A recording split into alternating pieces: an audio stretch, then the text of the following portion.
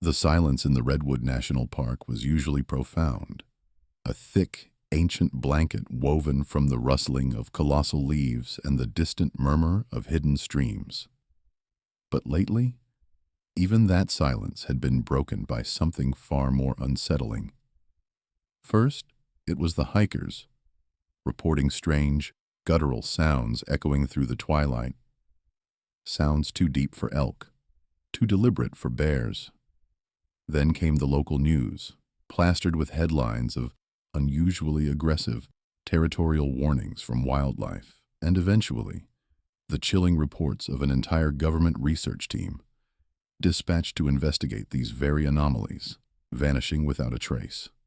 Their last known communication was a garbled distress signal, cut short, emanating from the deepest, most uncharted sections of the mountain range, an area notoriously steeped in local legends of the elusive Sasquatch.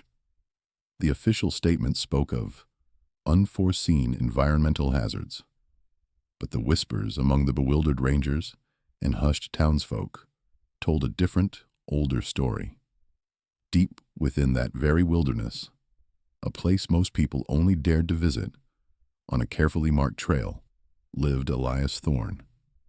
For 30 years he had been a fixture of these mountains, his weathered face as craggy as the granite peaks, his eyes a startling clear blue that seemed to hold the secrets of every ancient tree.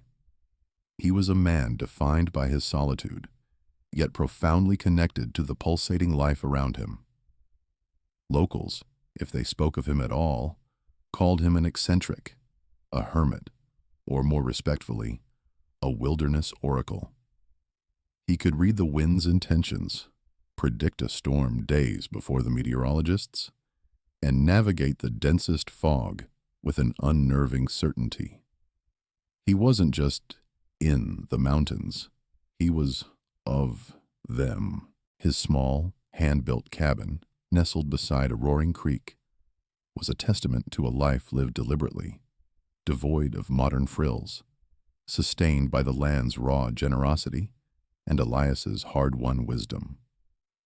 He rarely ventured into town, and when he did, it was usually for supplies he couldn't forage or craft himself. His presence a fleeting shadow that left behind a faint scent of pine resin and wood smoke. Elias had heard the recent disquiet, of course. The mountains spoke to him in ways they never could to outsiders. He felt the subtle shift in the forest's rhythm, the increased tension among the deer and elk, the wary silence of the predatory birds. These weren't the usual signs of a harsh winter approaching or a new cougar moving into the territory. This was different, charged with a primal energy that resonated deep within his bones.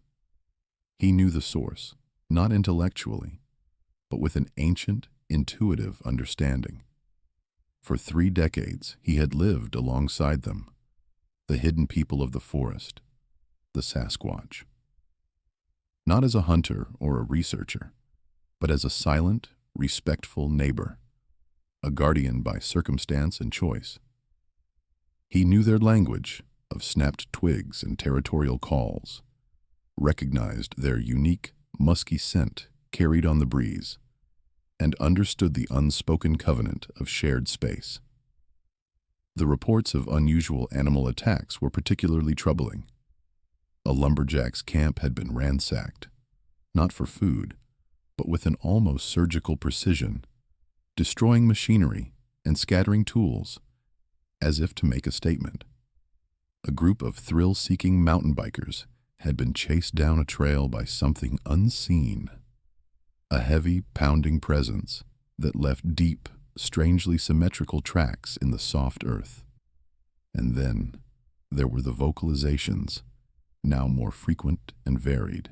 Hikers, emboldened by the online spread of Bigfoot theories, had started venturing deeper, armed with recording equipment, only to return pale and shaken, their devices filled with chilling roars and mournful howls that defied any known animal classification. These were not random acts of aggression.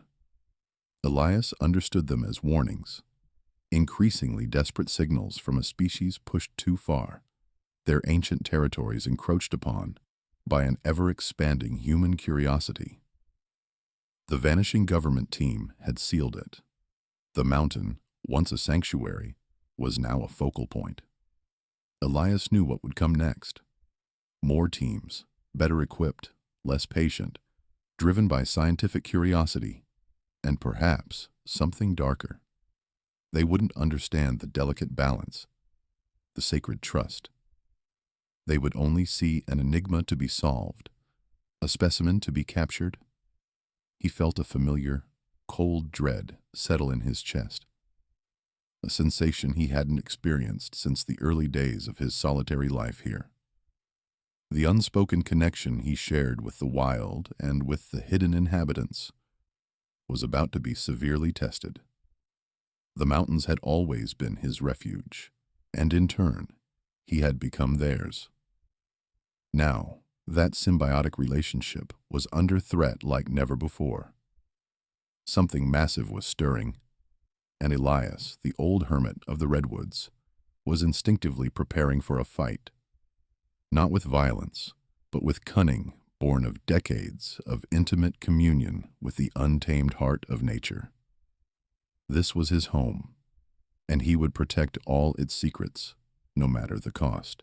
Before we delve deeper into Elias's extraordinary tale, make sure to hit that subscribe button and join our community of mystery enthusiasts. The mysterious disappearances and strange reports had not gone unnoticed by the wider world.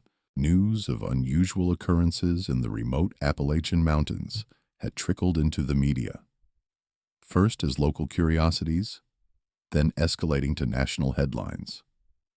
The federal government, sensitive to public pressure and the potential for a new ecological discovery, decided it was time for official intervention. This led to the rapid deployment of a specialized research team, armed with cutting-edge technology and a clear mandate: investigate and report. Leading this highly equipped contingent was Dr. Eris Thorne, a wildlife biologist whose reputation for meticulous research and unwavering determination was legendary in scientific circles.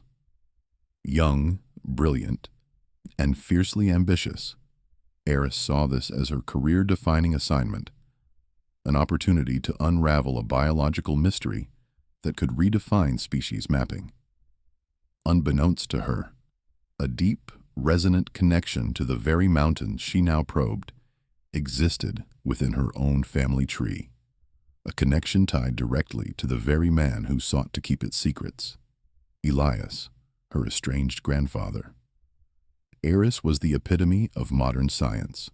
Her team utilized drones equipped with thermal imaging, acoustic sensors designed to detect the most subtle infrasonic vocalizations, and motion-activated cameras that could capture even the slightest movement in the dense undergrowth. They set up a sophisticated base camp, a hub of digital displays and satellite uplinks, transforming a forgotten corner of the wilderness into a temporary fortress of data collection. For Eris, the wilderness was a puzzle to be solved, its components meticulously categorized and analyzed. She approached the task with a cool, logical precision, dismissing local folklore and speculative theories as unscientific noise. Her objective was clear: find definitive proof, or definitively disprove the existence of whatever was causing the disturbances. From his hidden vantage points, Elias watched the intrusion unfold with a heavy heart. The whirring of the drones was an affront to the natural silence he cherished.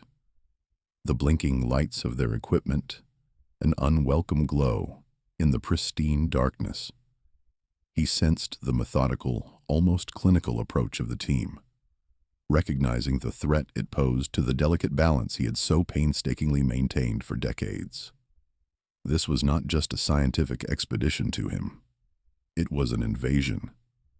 Eris and her team, with their advanced technology and analytical methods, represented everything Elias had spent a lifetime guarding against: the inexorable march of human curiosity threatening to expose and potentially destroy the protective world he had built around the reclusive creatures. His initial response was subtle, almost imperceptible to the unobservant eye. Elias moved with the silent grace of a ghost, a master of the terrain, blending seamlessly with the shadows and the rustling leaves. He began by targeting their technological vulnerability points. One evening, a drone, after an uneventful flight, suddenly lost altitude and crashed into a thicket of pines, its sophisticated sensors irreparably damaged. Eris's team attributed it to a software glitch or an unforeseen environmental interference. Another time, the intricate wiring of a remote acoustic sensor array mysteriously faltered, its data feed replaced by static. Again, technological malfunction was suspected, a frustrating yet understandable setback in the challenging environment. Elias also employed more traditional, organic methods. He would deliberately leave misleading tracks, large boot prints carefully placed to suggest a lone, clumsy hiker wandering off course. Far from any significant discovery, he moved branches, covered fresh animal droppings, and subtly altered the natural landscape to obscure trails that led towards the deep, secluded valleys where the creatures truly resided. He even mimicked some of the natural warning calls of the forest, sounds that would make smaller animals scatter, creating a ripple of unease that the human team, despite their equipment, could only attribute to the unpredictable nature of the wild.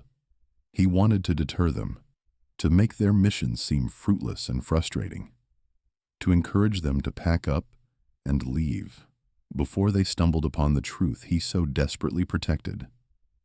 His actions were born not of malice, but of a profound, almost paternal protectiveness.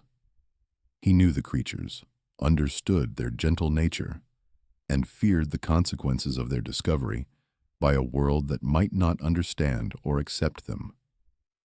He understood Eris's scientific drive, her need for proof and explanation, but he also knew that some truths were best left unexamined, some mysteries best left shrouded in the sacred silence of the mountains. He was fighting a silent war, using the very wilderness itself as his ally, hoping his subtle interventions would be enough to dissuade the determined team, to send them back to their laboratories with inconclusive data, leaving the forest's deepest secrets undisturbed. Every rustle of leaves, every snapped twig, every distant bird call now carried a double meaning for Elias, both the symphony of the wild and a potential indicator of the encroaching threat. He moved through the nights like a shadow, a guardian weaving an unseen net of deterrence around the precious, hidden life force of the mountains. His efforts were tireless, a lonely vigil against the relentless advance of scientific inquiry, a desperate hope that he could preserve the sanctuary he had dedicated his life to protecting. He felt the weight of decades of silent camaraderie with the creatures, a bond that compelled him to push back against the tide of impending revelation, hoping his subtle actions would be enough to turn the tide. The dense mountain air, once a source of crisp invigoration, now felt heavy, almost suffocating to Eris and her team. Weeks turned into a monotonous grind of patrols, sensor placements, and endless data analysis, yielding nothing concrete. The initial buzz of scientific discovery had evaporated, replaced by a gnawing frustration. Their state-of-the-art equipment, designed to detect the slightest anomaly, seemed to be mocking them. Thermal cameras captured only deer and elk. Sound arrays picked up the usual symphony of nocturnal animals, and drones, despite their sophisticated imaging, reported nothing but an unbroken canopy of trees. Yet, the inexplicable setbacks continued to plague their operation. Batteries drained at an alarming rate. GPS devices occasionally lost signal in clearings, and trail markers would mysteriously vanish, only to reappear miles away in an entirely different sector. Eris, ever the scientist, tried to rationalize each incident. A faulty batch of power cells, localized atmospheric interference, even animal interference, a curious bear perhaps. But the sheer frequency and peculiar nature of these occurrences began to chip away at her logical resolve. Then came the tracks. Not animal tracks. These were different. Large, oddly shaped indentations in soft earth, near a remote stream where they'd set up a motion-activated camera. Too big for a bear, too bipedal for anything else she could readily identify. Her team member, Specialist Miller, a seasoned tracker with years of experience in wilderness surveillance, stood beside the print, his face pale under his camouflage hat. "Dr. Thorne," he'd said, his voice unusually hushed, "this isn't on any database I've ever seen. It's human-like, but monumental." Eris had knelt, her gloved fingers tracing the outline. It was indeed massive, wider than any human footprint, with a distinct, almost elongated heel. She'd dismissed it as an elaborate hoax, a local prankster trying to scare off the government researchers. Or perhaps, she'd mused, a misidentification, an animal print distorted by erosion or odd soil composition. But deep down, a flicker of doubt ignited. The team's morale plummeted with each passing day of fruitless searching and unsettling occurrences. The vastness of the wilderness, initially a challenge they embraced, now felt oppressive. Watching. Lieutenant Commander Davies, a man known for his unflappable demeanor, began to show cracks. He complained of feeling constantly observed, of rustling movements just beyond the periphery of his vision.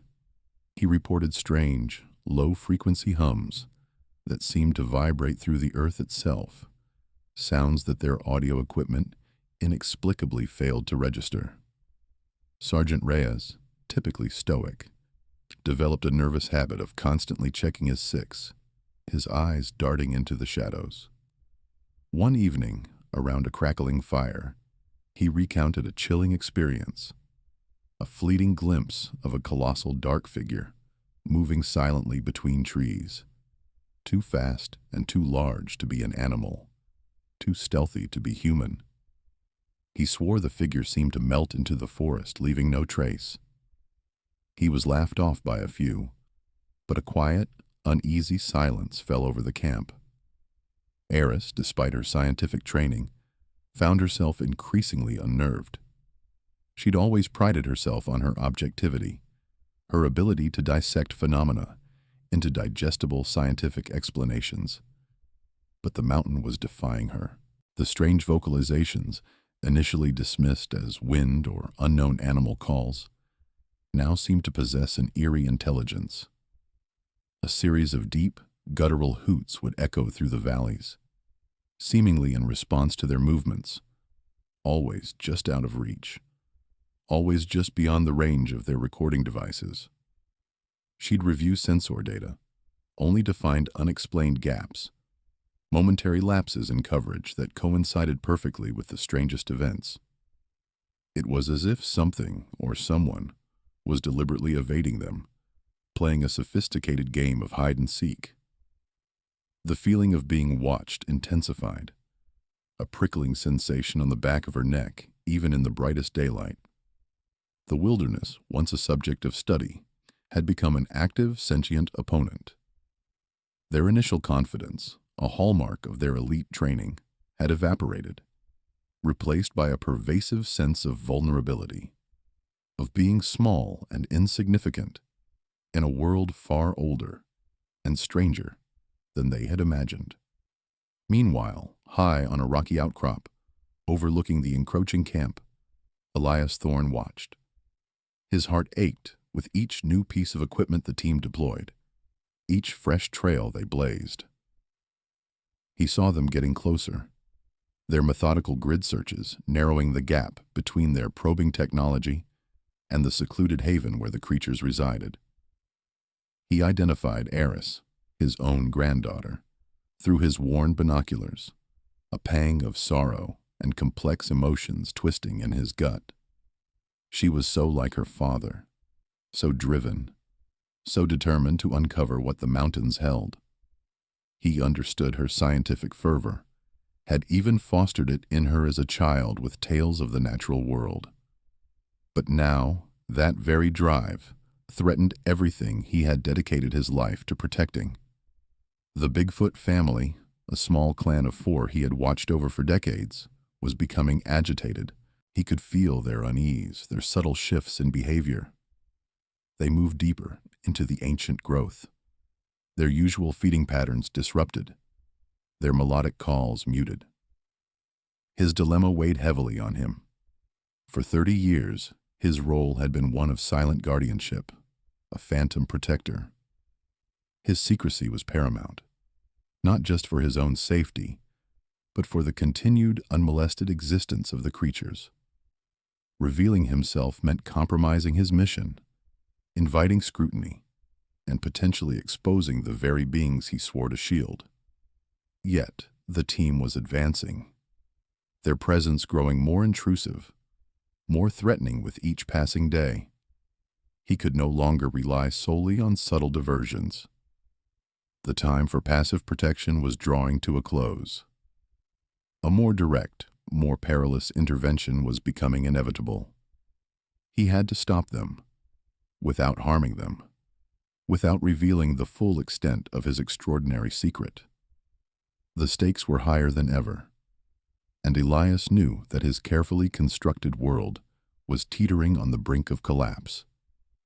He took a deep breath, the cold mountain air filling his lungs, and began to formulate a new plan, one that would put him directly in the path of his pursuers and his own flesh and blood. The sun dipped below the jagged peaks, casting long, eerie shadows across the forest floor. As Private Miller, a young, eager recruit, ventured a little further from the main camp than he should have. He was tracking a peculiar thermal signature that had flickered on his handheld scanner. Too large for any known local wildlife, too erratic to be a faulty reading. The air grew colder, and the familiar sounds of the wilderness seemed to recede, replaced by an unsettling silence. He pushed aside a thick curtain of rhododendron, his boots crunching on fallen leaves, and that's when he saw it. Not clearly, not completely, but enough. A massive, dark shape, easily 8 feet tall, covered in dense matted fur, standing partially obscured by a massive fir tree. It wasn't moving, just watching him. Its eyes, if they were eyes, reflecting the last sliver of twilight. Miller froze, his breath catching in his throat. His training kicked in, a jumble of protocols about undocumented fauna. But this was beyond anything in his field manual. This was primal, terrifying. He slowly raised his rifle, not to fire, but as a reflex, a desperate attempt at asserting dominance. The creature, however, moved with an unearthly speed and power. It didn't charge, didn't roar. Instead, it let out a low, resonant growl, a sound that vibrated through the earth and into Miller's very bones, a sound of ancient warning and immense strength. Then, in a blur, it swung a heavy arm, not directly at him, but at the tree beside him. A deafening crack echoed through the forest as a large branch, thick as a man's thigh, snapped with surprising ease and crashed down, narrowly missing Miller's head. The force of the falling branch sent splinters flying, one of which embedded itself sharply in Miller's arm. He yelped, stumbling backward, his heart pounding a frantic rhythm against his ribs. The creature was gone as quickly as it had appeared, melting back into the deepening gloom, leaving only the lingering smell of damp earth and something musky, something wild. Miller scrambled back to camp, pale and shaking, the splinter in his arm a stark, painful reminder of his terrifying encounter. His report, delivered in gasps and wide-eyed terror, detailed the sheer size, the immense power, and the almost intelligent intent behind the creature's actions. Dr. Eris Thorne listened, her scientific mind struggling to process his account. Her initial response was a dismissive. He must have seen a bear, or perhaps a hallucination brought on by fatigue. Yet the splinter was real, the broken branch undeniable, and Miller's genuine fear was palpable. Her team, already on edge, exchanged uneasy glances. The incident, while not resulting in severe injury, chipped away further at Eris's unwavering skepticism. A bear wouldn't break a branch with such precision, wouldn't disappear so silently, wouldn't leave that particular, unsettling impression of being deliberately warned. The meticulous scientific methodologies she held so dear were beginning to feel inadequate, almost irrelevant in the face of these unexplainable occurrences. As she dressed Miller's wound, a ghost of memory stirred within Eris. Her grandfather, Elias, during their hikes when she was a child, would often speak of mountain spirits, or the old ones of the forest. He'd describe their immense strength, their elusive nature, their deep understanding of the woods. He'd never called them Bigfoot, but the descriptions, the quiet reverence in his voice, now resonated with an unnerving clarity. She remembered a specific story, told around a crackling campfire, about a time Elias had wandered too deep and felt an unseen presence guide him back. Not through words, but through carefully placed sounds and shifted branches. At the time, she dismissed them as fanciful tales, endearing eccentricities of an old man deeply connected to nature. Now, the vividness of Miller's account began to blur the lines between folklore and reality. The logical framework she'd built her entire career upon was starting to show cracks, tiny fissures where doubt and a nascent, unwelcome belief began to seep in. Elias, observing from a higher ridge, had witnessed the entire interaction with Miller. He'd been the one to orchestrate the warning shot, guiding the Bigfoot, a young male he called Whisper, to that specific tree. He knew Whisper was agitated by the encroaching human presence, and a more direct confrontation could have been disastrous for both species. He watched Eris tend to her team member, a pang of remorse for the young man's fear, but a surge of relief that his intervention had worked. He knew Eris. She was intelligent, observant. This incident, while frightening, would plant a seed of doubt, a question mark in her scientific certainty. It was a calculated risk. With the team now shaken and wary, Elias seized the opportunity. He moved swiftly, a shadow flitting through the dense undergrowth, his movements as silent as the falling snow in winter. He found the main Bigfoot family, already relocating deeper into the protected zone, further from the human encampment. He communicated with them through a series of low hoots and complex gestures that only years of immersion had taught him. He wasn't luring them. He was reassuring them, guiding them, using his intimate knowledge of the terrain and their patterns to steer them away from the immediate danger. Then, Elias turned his attention back to the human team. They were deploying new motion sensors, attempting to pinpoint the creature's retreat. With a precision born of decades in the wilderness, Elias began to create false trails.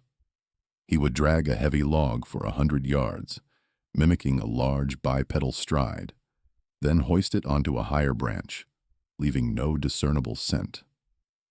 He dislodged rocks to create small avalanches, directing their sound detection equipment to empty ravines. He left faint, almost imperceptible scuff marks leading in the wrong direction, just enough to catch a trained eye, but too faint to confirm. He even manipulated some of their older, less sophisticated tracking devices, subtly altering their calibration, sending them on wild goose chases down dead-end paths. His heart was heavy, knowing he was actively misleading his own granddaughter. But the urgency of the situation demanded it. The Bigfoot family's safety was paramount. He had to buy them more time, enough time for Eris and her team to exhaust their resources, to be led astray, to perhaps even decide that this particular stretch of wilderness held no answers for them. The thought of permanent intervention, of revealing himself, still loomed large, a terrifying inevitability. But for now, he would continue his silent, meticulous dance of deception, a lone guardian weaving an intricate web of misdirection to protect the ancient secrets of the mountains. He knew, with a certainty that chilled him, that his subtle interventions would not be enough forever. The line between protecting and revealing was growing dangerously thin, and one day soon he would have to cross it. The subtle diversions, once effective, seemed to dwindle in their efficacy against the ever-advancing scientific expedition. Aris, a meticulous observer, began to notice patterns that defied simple animal behavior or natural anomalies. The deliberately misplaced trail markers, the perfectly timed equipment malfunctions that were too consistent to be random, the way certain game trails seemed to vanish and reappear in impossible configurations. These weren't the work of mere wildlife. These were intentional disruptions, sophisticated maneuvers designed to misdirect and deter. A growing suspicion solidified in her mind. There was another human presence in the restricted zone, someone intimately familiar with the terrain, someone actively working against their efforts. This person wasn't just observing, they were manipulating. The thought was both unsettling and intriguing, adding a new layer of complexity to an already baffling assignment. One crisp morning, while carefully examining a footprint that seemed too large, too perfectly formed to be any known animal, she stumbled upon something else, half buried beneath a pile of pine needles. It was a small, hand-carved wooden bird, crafted with exquisite detail, its wings spread as if in mid-flight. Her fingers traced the smooth, weathered contours, a sudden rush of memory, cool and clear as mountain spring water, washing over her. This bird wasn't just a carving. It was a perfect replica of the small wooden finch her grandfather, Elias, had carved for her when she was a little girl, a tangible piece of her lost childhood. He had taught her to identify its song, its flight pattern, its delicate features. He had even painted the eyes with tiny dots of sap and berry juice, just like this one. The realization hit her with the force of a physical blow. Elias was here.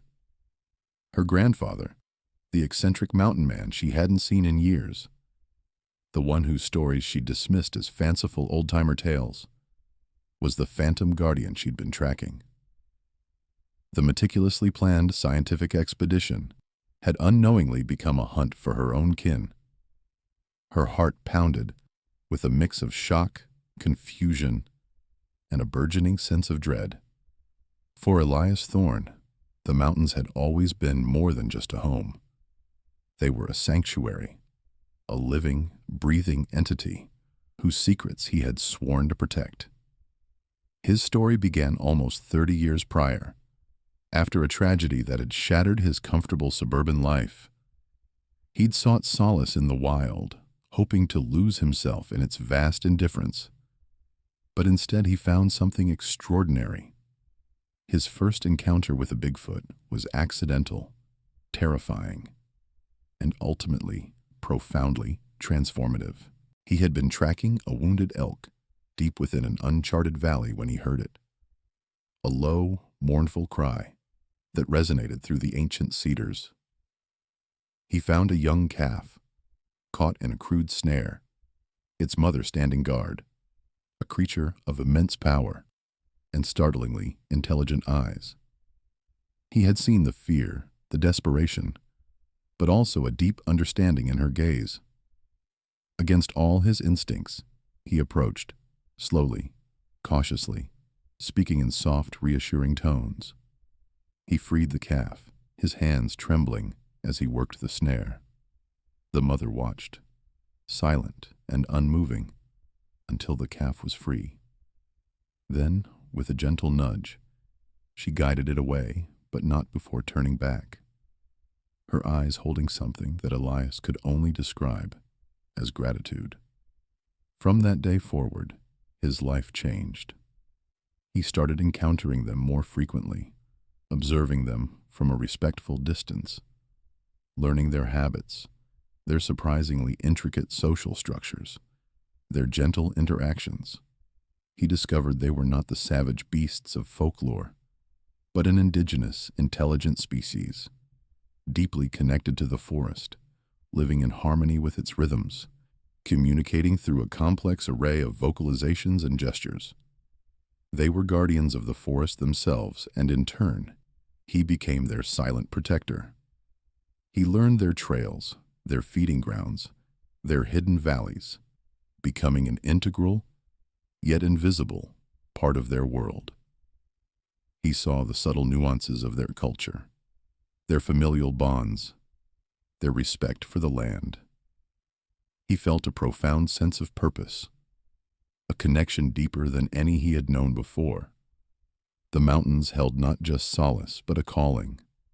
His commitment to their secrecy stemmed from a deep-seated fear of what humanity would do if their existence were widely known. He imagined the sensationalism, the exploitation, the inevitable destruction of their natural habitat by those seeking to capture, study, or simply gawk. He knew the creatures couldn't defend themselves against the relentless encroachment of the modern world. His secluded cabin, his self-sufficient lifestyle, his intimate knowledge of every rock and stream, all were part of his elaborate, decades-long mission to keep the Bigfoot safe, to ensure their undisturbed coexistence. He had become their shadow, their unseen shield. Back in Eris's world, the pressure was mounting. Reports of their lack of progress had reached the ears of government superiors, who were demanding results, and quickly. The initial patience had worn thin, replaced by stern directives. A high-ranking official, a no-nonsense woman with a reputation for efficiency, informed Eris directly that the mission budget was under review and that a more aggressive approach was warranted. "Dr. Thorne," she had stated with chilling calm over the satellite phone, "we need definitive proof or definitive denial. Either way, this team is costing the taxpayer a fortune. Deploy the thermal drones, set up more motion sensors, and if necessary, expand the search perimeter. We want eyes on target, or confirmation that there is no target at all." The unspoken threat hung heavy in the air. Failure was not an option. Under this increased pressure, Eris's team, despite their growing unease, abandoned their more subtle tracking methods. They implemented high-tech thermal imaging drones, their whirring blades a stark contrast to the ancient silence of the woods. More aggressive tracking methods were employed, including the deployment of scent hounds, whose baying cries echoed ominously through the valleys. The perimeter of their search expanded, inching ever closer to the most secluded parts of the forest, parts Elias knew were critical nesting and feeding grounds for the Bigfoot. He watched from the shadows, his face grim, as the drones flew overhead, their infrared gaze probing the canopy. The scent hounds, though easily misled by his carefully laid false trails, still represented a dangerous escalation.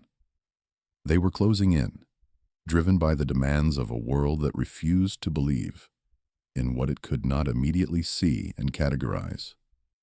The wooden bird, a symbol of childhood innocence and familial connection, now felt like a heavy burden in Eris's hand, its significance deepening with each passing moment of this escalating hunt. The time for silent guardianship was truly over. The decision to reveal himself weighed heavily, a seismic shift in the carefully constructed solitude Elias had maintained for 3 decades. He watched Eris and her team set up their final, most intrusive sensor grid, a digital fence closing in on the creature's most sacred space. There was no more time for subtlety, no more room for hidden interference. He waited for twilight, when the mountain shadows lengthened and the forest's ancient whispers grew louder, a time when the veil between worlds felt thinnest. He approached their camp not with stealth, but with deliberate, heavy footsteps, announcing his presence long before he emerged from the dense undergrowth. A twig snapped loudly under his boot, then another, each sound a stark punctuation mark in the deepening quiet. The team, accustomed to the anonymous rustlings of wildlife, froze. Their headlamps swung towards the sound, catching him in their harsh, artificial glow.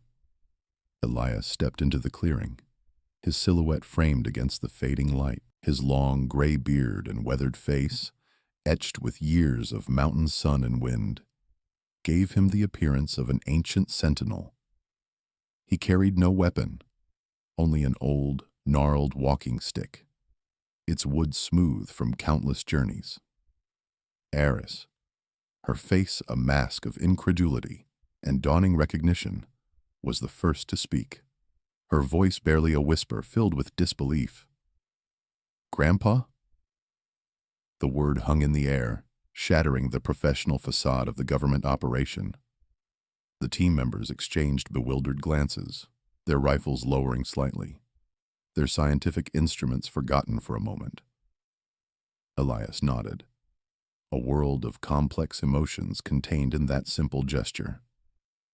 "Aris," he said, his voice raspy from disuse yet resonant with an undeniable authority that commanded attention. "You shouldn't be here." Her initial shock quickly gave way to a surge of indignation. "We're conducting a government-sanctioned investigation, Grandpa. What are you doing here? We've been tracking an unknown human presence for weeks. Was it you? All this time?" Her gaze sharpened, accusation burning in her eyes. "You've been interfering with our work. Why?" Elias allowed a moment of silence, letting the weight of his presence and her questions settle. "Because," he began, his eyes sweeping over the sophisticated equipment, the tense faces of her team, "you are disturbing a peace that has existed for centuries. You are encroaching upon the home of beings who deserve to live unmolested." He then stepped closer, his gaze locking with Eris's. The other team members, unsure how to react to this sudden, deeply personal turn of events, remained motionless. "Eris, what you seek to find here, what you call the unknown, they are not monsters to be captured, or specimens to be cataloged. They are the Sasquatch, and I have lived among them, learned from them, and protected them for 30 years. He saw the flicker of doubt, then outright skepticism in her eyes. It was the same look he had encountered from every official, every scientist who had ventured too close over the decades. But Eris was different. She carried his blood, his inherent curiosity about the wild. "Grandpa, you always told stories, but Sasquatch?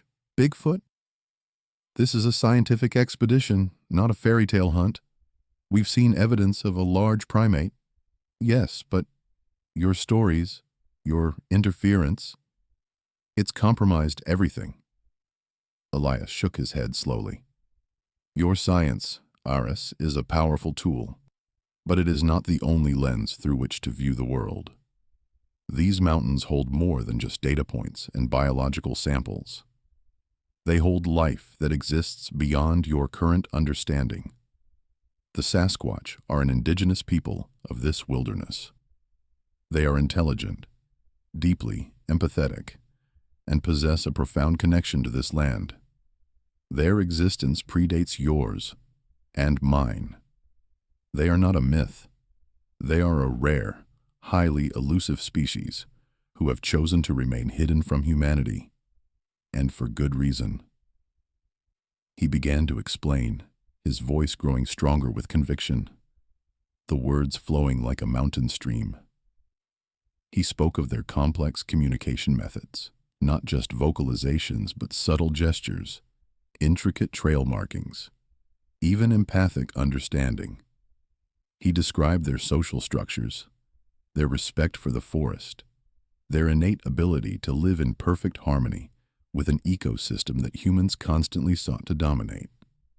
He recounted instances of their quiet aid when he'd been injured, their expressions of mourning over a fallen deer, their playful interactions when they felt safe. They are peaceful, Elias stressed, his gaze imploring. Their primary defense is evasion. Their greatest desire is simply to be left alone. Every time humanity discovers a lost civilization, every time we discover a new species, we bring with us our own preconceived notions, our own demands. We classify, we alter, we destroy. I have seen it happen again and again. To expose them, to draw them into your world, would be to condemn them. He explained his actions, the disrupted equipment, the false trails. I did what I had to do, he stated unequivocally, to protect them from what I knew your intentions would become. Capture, study, exploitation. They are not to be studied like laboratory animals, Eris. They are beings with a right to their own existence, their own freedom. Eris listened, her scientific mind warring with the emotional connection to her grandfather and fragments of her own childhood memories. She remembered the intricate wooden bird he'd carved, found days ago, the symbol of his presence. She remembered his old tales, dismissed as fanciful by her parents, but cherished by her. He had spoken of the forest as a living entity, its inhabitants as sentient beings. Now, his words, spoken with such earnest conviction, resonated with the inexplicable events her team had experienced. The strange hoots, the feeling of being watched, the uncanny ability of the subject to evade their most advanced technology. It all began to coalesce, forming a picture far grander and more terrifying than any scientific theory. A deep internal shift began within her. The rigid framework of her scientific training, which had always demanded empirical evidence and quantifiable data, started to crack. The passion in Elias's eyes, the undeniable truth in his weathered face, the coherence of his explanation, however extraordinary it seemed, challenged everything she thought she knew. Her mission, once so clear-cut, now seemed fraught with ethical ambiguities she hadn't considered. The creatures weren't just an unknown species. They were, in her grandfather's words, an intelligent people, a people he had dedicated his life to sheltering. The implications were staggering, not just for her career, but for the entire scientific community's understanding of life on Earth. The question was no longer if they existed, but what humanity's responsibility was to them. Elias had given her a profound, unsettling truth, and it fundamentally altered her perception of their mission and her own role within it. The crisp morning air, usually a welcome invigorator, now carried a heavy tension that pressed down on the mountain valley. Elias watched from a hidden vantage point, his heart a frantic drum against his ribs. Below, in a small clearing nestled between ancient firs, the government team had finally cornered a Bigfoot family. It wasn't the large male Elias had primarily dealt with. This was a smaller group, a female and 2 juveniles, perhaps a mother with her young. Their presence here, so close to the human encampment, suggested they had been driven from their usual safer territories. Likely by the relentless human intrusion, the sight sent a cold dread through Elias. He knew their cautious nature, their incredible stealth, but even the most adept wild creatures could be pushed to their limits. The team, led now by the assertive second-in-command, Jenkins, moved with chilling efficiency. Jenkins, a man whose ambition was palpable, clearly saw this as his opportunity to secure a career-defining capture. He barked orders, his voice carrying unnaturally loud in the quiet forest. The creatures were huddled together, their large, dark eyes wide with a mixture of fear and confusion. They were formidable, truly, but facing a dozen armed humans, equipped with tranquilizer rifles and nets, they were vulnerable. Elias could see the powerful tranquilizer darts being loaded, the glint of metal in the diffused sunlight. This was it. The moment he had feared, fought against for decades. He had to act. There was no time for subtlety, no room for his usual patient manipulation. This was a direct threat, an undeniable confrontation. Taking a deep breath that tasted of pine and impending conflict, Elias emerged from the shadows of the forest. He walked slowly, deliberately, into the clearing, his weathered face set in a grim determination. His sudden appearance caused a ripple of shock through the team. Rifles instantly swung towards him, muzzles tracking his every movement. "Grandfather!" Eris's voice, sharp with alarm, cut through the sudden silence.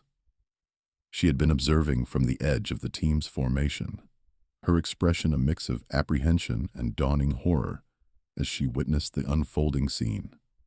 Elias ignored the raised weapons, his gaze fixed on the terrified Bigfoot family. He extended his empty hands, a gesture of peace he had learned long ago, a silent language understood across species. He began to speak, not to the humans, but to the creatures. A low, guttural humming, mixed with soft, reassuring words, in a tone he reserved only for them. "It's all right, my friends. It's all right. Do not be afraid. I am here." The sound, ancient and soothing, seemed to momentarily calm the distressed animals. The juveniles, previously cowering, now looked up at him with a glimmer of recognition, a flicker of trust in their dark eyes. He had known this family for years, had left them offerings, had tracked their movements, had ensured their safety silently from afar. They knew his scent, his voice, his presence as a benevolent, protecting force. Jenkins, meanwhile, had recovered from his surprise. "Who the hell is this old man, Eris?" he snapped, his finger hovering near the trigger of his own tranquilizer weapon. "Get him out of here. He's interfering with the operation." Eris stepped forward, her face pale. He's Elias Thorne, my grandfather. He's unarmed, Jenkins. Just let him talk." "Grandfather or not, he's endangering the mission," Jenkins retorted, his eyes narrowed. "We have them. This is our chance. Nobody moves until those creatures are sedated and secured." His command was absolute, leaving no room for argument among his subordinates. Elias stood between the team and the Bigfoot, a frail human shield. He maintained eye contact with the lead female, a silent communication passing between them. He could feel her fear, her maternal instinct to protect her young, her confusion at the sudden, aggressive human presence. He reiterated his calming hum, his words, a soft torrent, intended to prevent panic, to dissuade any instinctive lashing out.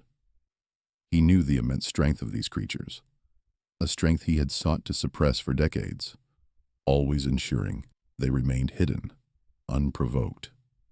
Then he turned his head slightly, his gaze falling upon Eris.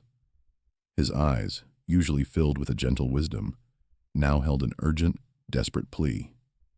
"Eris," he said, his voice quiet but resonating with an unspoken weight. "You have seen. You know what they are. They are not animals to be caged, not specimens to be catalogued. They are fathers, mothers, children. They feel. They think. You cannot let them do this. Eris stood frozen, caught in an agonizing crucible. On one side, Jenkins and the unwavering demands of her scientific mission, years of training, the expectations of her superiors. On the other, her grandfather, a man she had just rediscovered, a man who had dedicated his life to a truth she was only just beginning to comprehend. And between them, the terrified family, the very beings she had been sent to find, now exposed, vulnerable, and facing a fate she suspected would be catastrophic. The silence stretched, thick with impending violence. Her career, her reputation, her relationship with Elias, the fate of an entire species. It all hung precariously in the balance, resting squarely on her next decision. The weight of it was almost unbearable. Every fiber of her being screamed at her, split between logic and a dawning empathy, between duty and a profound nascent understanding of a higher moral imperative that transcended all her previous notions. The lives of these creatures and her grandfather's life work depended on her. She had to choose. The air hung heavy with the scent of pine and tension, the recent standoff still a chilling echo in the silent forest.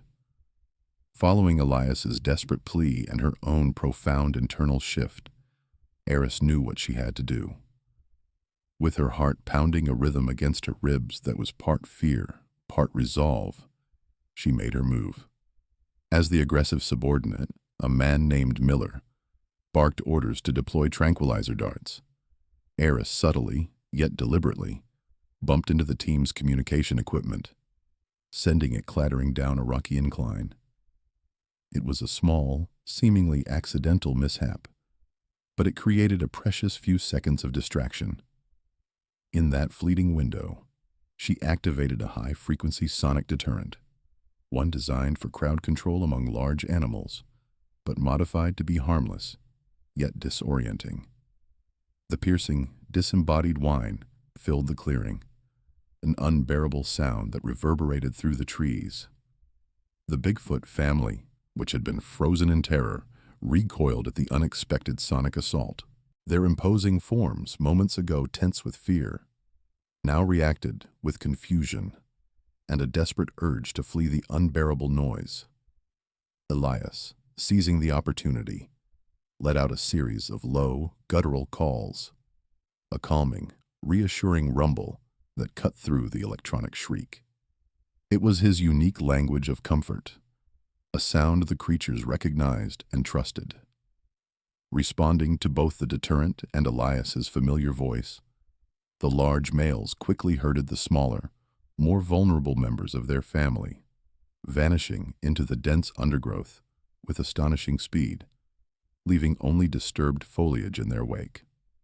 Miller and his team, momentarily stunned by the sudden turn of events, scrambled to recover. The sonic deterrent Eris had deployed had also briefly disoriented them, blurring their vision and ringing in their ears. By the time they regained their composure, the clearing was empty of the cryptids they had sought to capture. Eris, feigning exasperation, quickly retrieved the communication device, affecting an air of frustration. "Damn it, Miller. Your recklessness jostled the equipment, and this infernal noise, it spooked them. They're gone," she stated, her voice edged with a convincing blend of anger and disappointment. Miller, still shaking his head to clear the ringing, glared at her, suspicion flickering in his eyes. "Spooked them? Or did you make sure they got away, Dr. Thorne?" he growled, his hand instinctively going for his sidearm. The other team members looked on, their faces a mixture of confusion and dawning realization. They had witnessed Elias's intervention, they had seen Eris's calculated accident, and they had heard the strange, directional sonic blast that had coincidentally, or not so coincidentally, sent the creatures scattering. Eris met his gaze squarely, her expression unwavering. "I followed protocol, Miller. You saw the deterrent activate. It was an uncontrolled situation. and their escape was a direct result of the chaos. We had no clear shot, and tranquilizing them in a panic could have been disastrous for all involved. My priority is always safety, both for us and for any potential wildlife. Her words, though technically true, were a carefully constructed edifice of plausible deniability. She then calmly began to pack up her own gear, projecting an aura of professional detachment. In the ensuing days, Aris meticulously crafted her official report. It was a document of masterful deception, filled with scientific jargon and carefully selected data. She detailed inconclusive sightings, blurry thermal signatures, and anecdotal evidence that could easily be dismissed as misidentification or trickery of light and shadow. The sonic deterrent, she wrote, had been deployed as a last resort, scattering the elusive subjects before definitive identification could be made. She acknowledged unusual vocalizations but attributed them to known large mammal species or atmospheric phenomena. There was no mention of Elias, no definitive proof of Bigfoot, just a frustrating, inconclusive outcome. Her team, having witnessed the extraordinary events, remained silent, their own experiences creating a quiet, unspoken pact to protect the truth. They had seen the majesty of the creatures, the wisdom in Elias's eyes, and the quiet courage in Aris's actions. They knew. Aris remained in the mountains for several weeks after the official report was filed, the government team having reluctantly pulled out. It wasn't just to tie up loose ends, it was to reconnect. She spent long days with Elias, not as his scientific superior, but as his student, his granddaughter, his willing apprentice. He taught her the subtle language of the forest, the signs the Bigfoot left, the intricate patterns of their movements, and the profound wisdom of their way of life. She learned to identify their unique scent, to distinguish their heavy, deliberate footsteps from other large animals, to understand the subtle shifts in the wind that heralded their presence. Their bond, broken by years of estrangement and differing world views, was slowly, tenderly mended. They shared stories, laughter, and the quiet comfort of mutual understanding. Elias recounted more tales of his life among the Bigfoot, of their gentle nature, their intelligence, their deep spiritual connection to the land. Aris, in turn, shared her scientific knowledge, discussing ecological conservation and modern methods of habitat protection, ways to safeguard the forest without revealing its most precious secret. She became a silent guardian, a new link in the chain of protection Elias had forged for 3 decades. Her time in the wilderness solidified her resolve. Upon her return, Aris dedicated her career, not to capturing and studying, but to safeguarding. She began discreetly lobbying for the remote mountain range to be designated a heavily protected national wilderness area, citing its unique biodiversity and critical ecological importance. She used her influence, her scientific credentials, and her newfound conviction to advocate for stricter regulations on logging, mining, and human encroachment. Her efforts were slow, methodical, and often met with bureaucratic resistance, but she persevered, driven by the memory of the majestic beings and the quiet strength of her grandfather. Elias, the protector, continued his vigil in the mountains, secure in the knowledge that his legacy and the fate of his beloved Bigfoot was now in capable, compassionate hands. The creatures continued to thrive, unseen, unheard, their ancient existence a testament to one man's unwavering dedication and one woman's courageous choice. What are your thoughts on Elias's incredible dedication? Share your theories in the comments below, and if you want to explore more untold stories from the wilderness, click on the video playing next.